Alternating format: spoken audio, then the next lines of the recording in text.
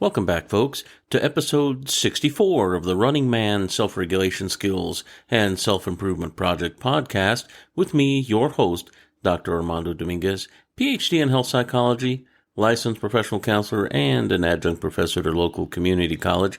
And what we're going to be discussing today is going to be what I will term relaxing into pain. Now, this isn't something along the lines of anything sadistic where you cause pain to someone else, or masochistic, you let somebody cause you pain and you get pleasure out of, but rather sometimes we have to endure pain. And pain is not always a physical thing having to do with damaging of our organism or person, but sometimes we have mental pain and emotional loads that are very uncomfortable that we can call painful. Maybe just the idea that we conceive of can be uncomfortable, and we may, in quotes, call it pain, when in actuality is an idea that we're uncomfortable with. But yet, if it's believable enough and if it's compelling enough, we can say that can cause us, in quotes, pain, internal pain. And that's where we're going to start the discussion with.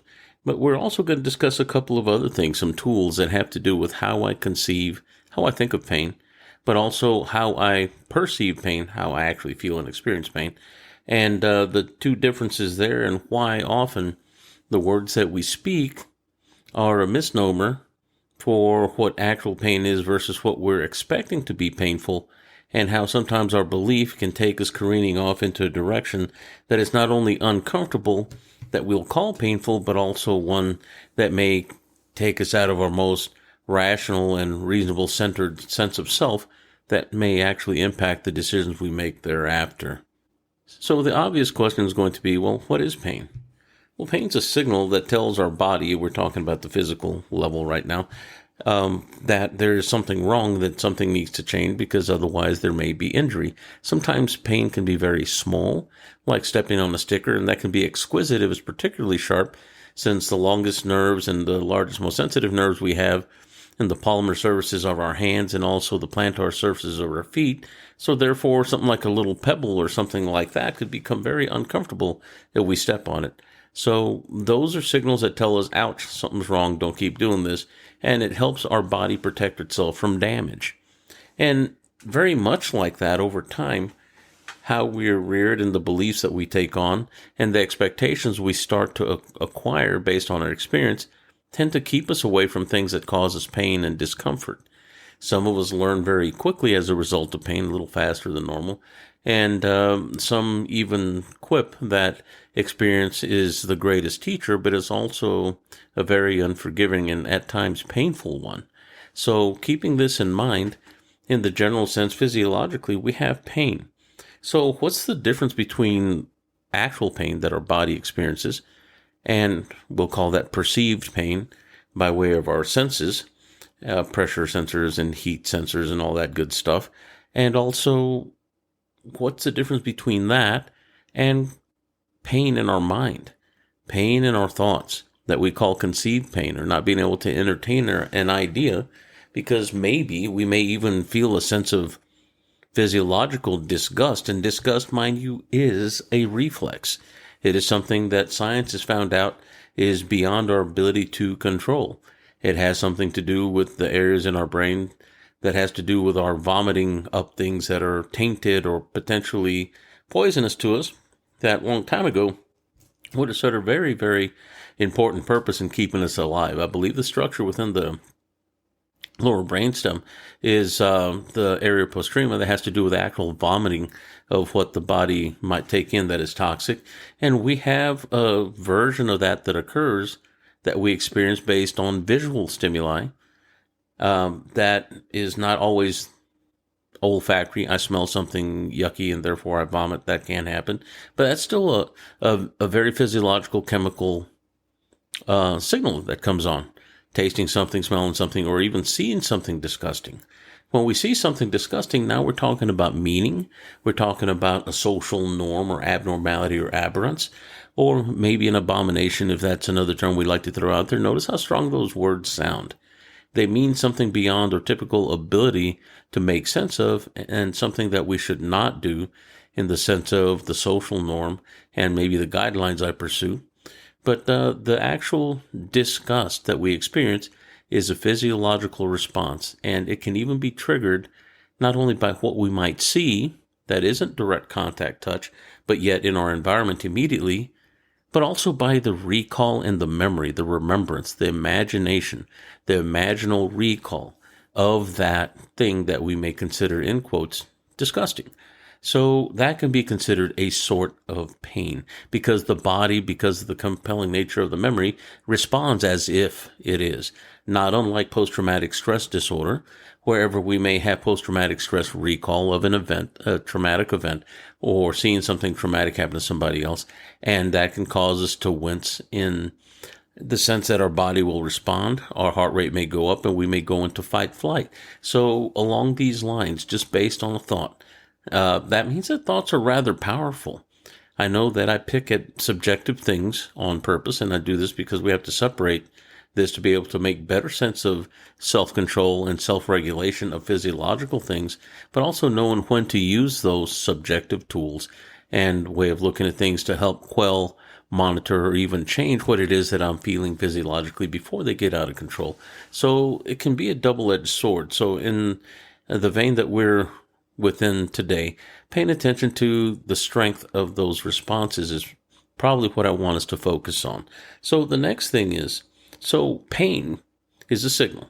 So if we see something that may be uncomfortable to us, that is painful to behold, traumatic to us, shocking, even frightening, not unlike the horror movies we pay good money for to get ourselves scared out of our wits, even just for a little bit, so we can experience that fright and novelty. Those are the things that are existing in our minds after the fact as a memory and can be very painful to pull up. If there's something that has to do with the social discomfort, and we know that there are going to be emotions associated with it that we don't want to remember, that can be enough to avoid said thinking or thought process or memory or recall, or even talking about those things, such that maybe in our home we prohibit talk about a certain topic or talk about certain things or people, or maybe even the bringing up of an event, even if it's done in a joking sense, because it can become very uncomfortable, even embarrassing. Now, the self-regulatory skill that I'm going to point out, at least right now, having to do with the mental part of pain, is that whenever we think and our body is compelled to respond physically, now we have a physical response that we can physically affect. The beginning of this conversation was relax into pain.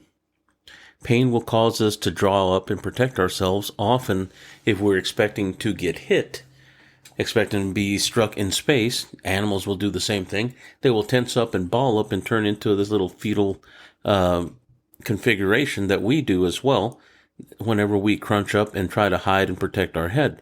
It's a very reflexive thing. Those are some very spinal reflex-oriented responses that have to do with protection of our head, because once that's broken, the rest of us, well, it doesn't work so well. So what does this have to do with conception of pain and avoidance of pain and relaxing into pain?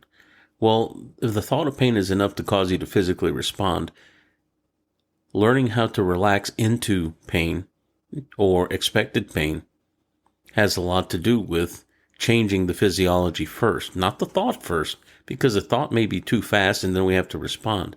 But if we know or hear something that we know is uncomfortable, or see something or remember something that's uncomfortable, not allowing the body to run off willy-nilly doing what it wants too fast, because if it goes too far, at some point, you're going to have to wait for the state or the emotional anger, upset to slow down and the heart rate to go down before you can start reasoning and doing something that is strategically safer or more effective for you.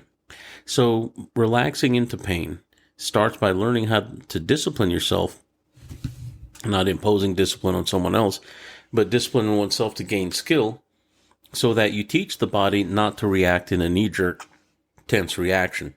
Because not everything that we experience in life requires that we tense up and turn into an armadillo and shell our back and roll into a little ball. There are things that we're going to hear that are uncomfortable, but they're not going to harm your body. There are things that we're going to see that happen outside of us that aren't going to harm us, but may frighten us a little bit. But also, if we tense up with everything, then we are sometimes over responding and condition ourselves to respond to everything, and then it generalizes to everything in the truest sense. And then we start seeing things that look like anxiety and panic disorders, and that everything is startling, and our startle response is hypersensitive, which means I'm always running around jumping and bumping into things. And now I start avoiding places, people, and things because I just can't control what's going on out there. And then there's an assumed belief that the world is a dangerous place and I need to stay away from it as often as possible. And now I wind up spending more money to get DoorDash or have groceries delivered because I just refuse to be out in public because it's anxiety inducing. When in actuality, we're allowing ourselves to be conditioned to that, or maybe even take part in that unknowingly. And this is what we're going to try to relate to today. So here's how to develop the physical skill of relaxing into pain that's very easy to do. If you have someone to train martial arts with, like Tai Chi, I've done for a number of years, people tend to denigrate it as not a good fighting art. It is a good fighting art if you learn from somebody who knows what they're doing. But it's all done in a very relaxed fashion. Doing things like Qigong and yoga teach you how to stretch and lengthen the muscle versus tighten and contract. So on the eccentric contraction, this is where we see the tension that we call protective whenever things get very suddenly scary or surprising. It's the eccentric on the way out when we straighten out, and where we can allow our abdomen to actually relax and breathe deeply, that we can manage what's going on. Part of the relaxation effect that we're going to talk about is going to hinge upon this one tool we talked about several podcasts back, and that is no matter what happens, don't gasp and suck wind, and then you wake up the sympathetic nervous system, body heats up, and now you're beginning to prepare for fight and flight. Instead, whenever something occurs that you're not aware of, make sure that your feet are flat on the ground to the best of your ability. And also you want to blow out, almost like a sigh, versus a gasp. This will allow your body to stay calm, and allow your mind to stay calm and perceive what is actually happening versus giving it an opinion of this is scary, this is dangerous, and then responding in kind by overreacting, over-responding, and then dealing with the embarrassment of anxiety or panic because maybe we overreacted to something that might have been a surprise, might have been sudden, but may not have been dangerous to you. So it helps us prevent these kind of events. Now, the next part that we're going to discuss in relaxing into pain might require a partner. And one of the things that we used to do is whenever we were training in martial art wasn't to see who could endure more pain, but rather trying to keep the social mind from overreacting and the ego from jumping and saying, oh, this hurts me, I need to stop. Sometimes there are going to be discomforts, and people that have played sports know how to go through being exhausted, go through feeling like you can't breathe enough, wherever your muscles are tired and exhausted, being able to push through that.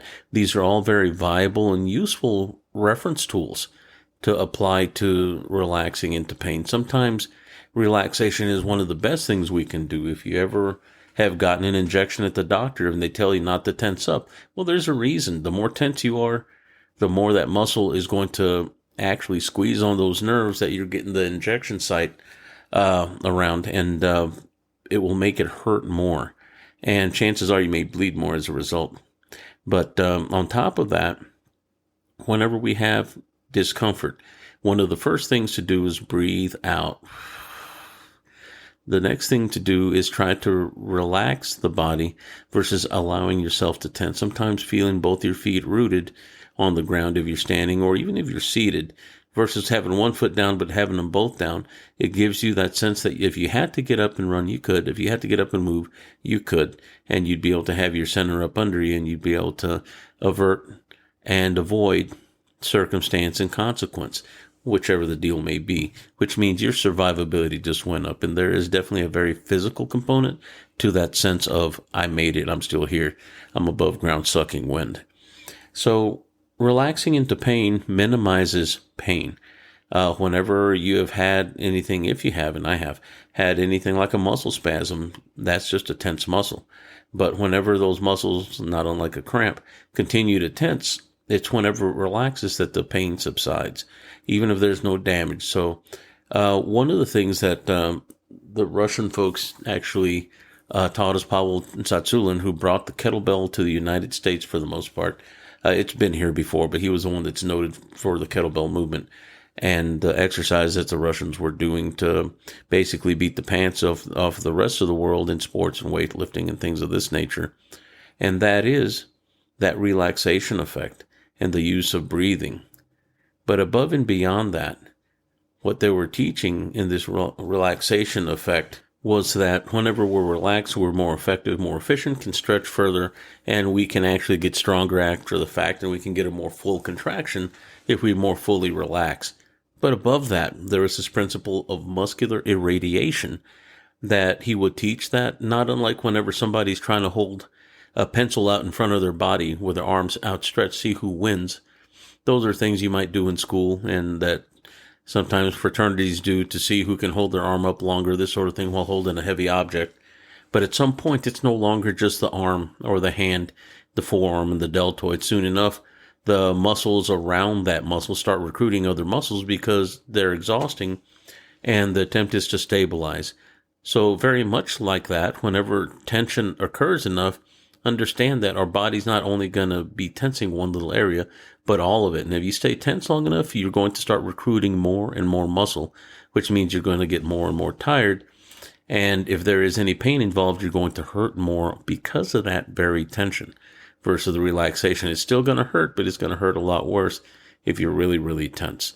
So the muscular irradiation thing can work against you whenever there's pain, but can also work for you whenever you want to get stronger and lift more, this sort of thing.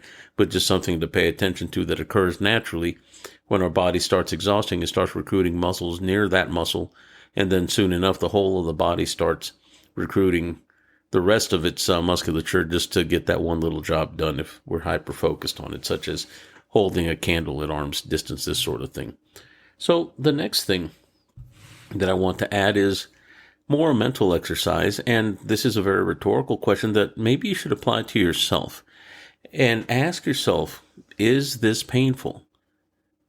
And we're not talking about damage to the body. We're not talking about allowing yourself to be hurt and be a hero and not be a Karen, so to speak, but rather paying attention to, well, what is pain? What is it that I'm experiencing? Am I experiencing an emotional reaction, or is it an opinion that I have that's making me expect worse than what's actually happening, such that I'm not seeing things the way they actually are, but rather my reality is that that's scary and the world is a dangerous place. That's my opinion.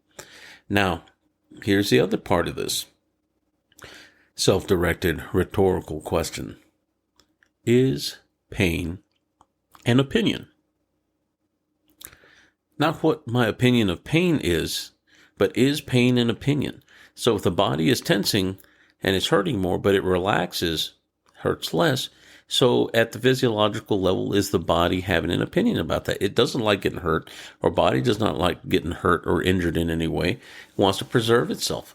So if there is a mind level opinion of pain, or what you're calling pain is an opinion versus the experience of whatever it is that you're experiencing, we're just calling it pain.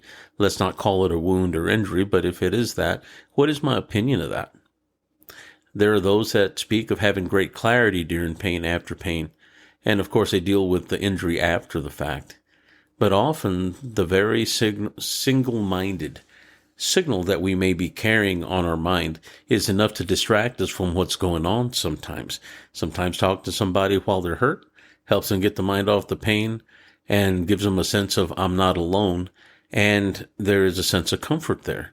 But if you're dealing with what's going on in the mind, that is a thought that is uncomfortable, or thoughts that are uncomfortable, and I start having emotional thoughts about it, and we'll call those opinions, then they get more uncomfortable when I bring them up, especially if I feed those thoughts with more emotion and start tying them and associating with those things with other things that are equally painful.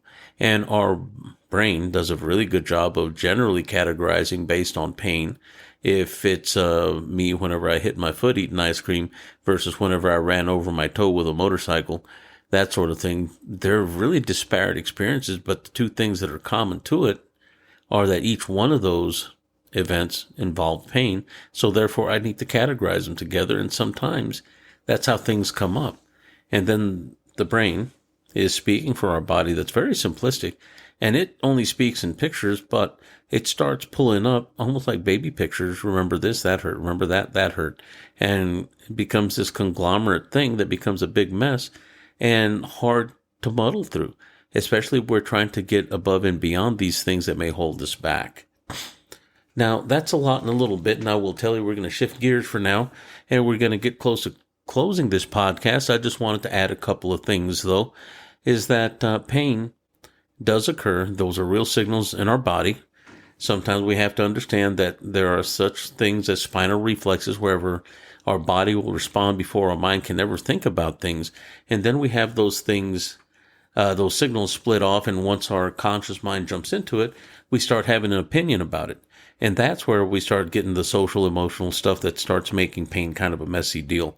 If you fall down and scrape your knee, that sort of thing. Are you being coddled? Are you being encouraged? Are people responding like you're in danger? And then your mirror social response is to have the same face and response that they're giving you. And therefore, now you have a pattern of, I have to behave this way when I'm hurt. So often we have to pay attention to what my models were, what my thoughts are, and what my opinions are of discomfort, of tired, of slow, of sleepy, of hungry, of angry, and those things that I believe I should act like whenever I'm experiencing those states of body. Once again, those are opinions. Sometimes those are learned.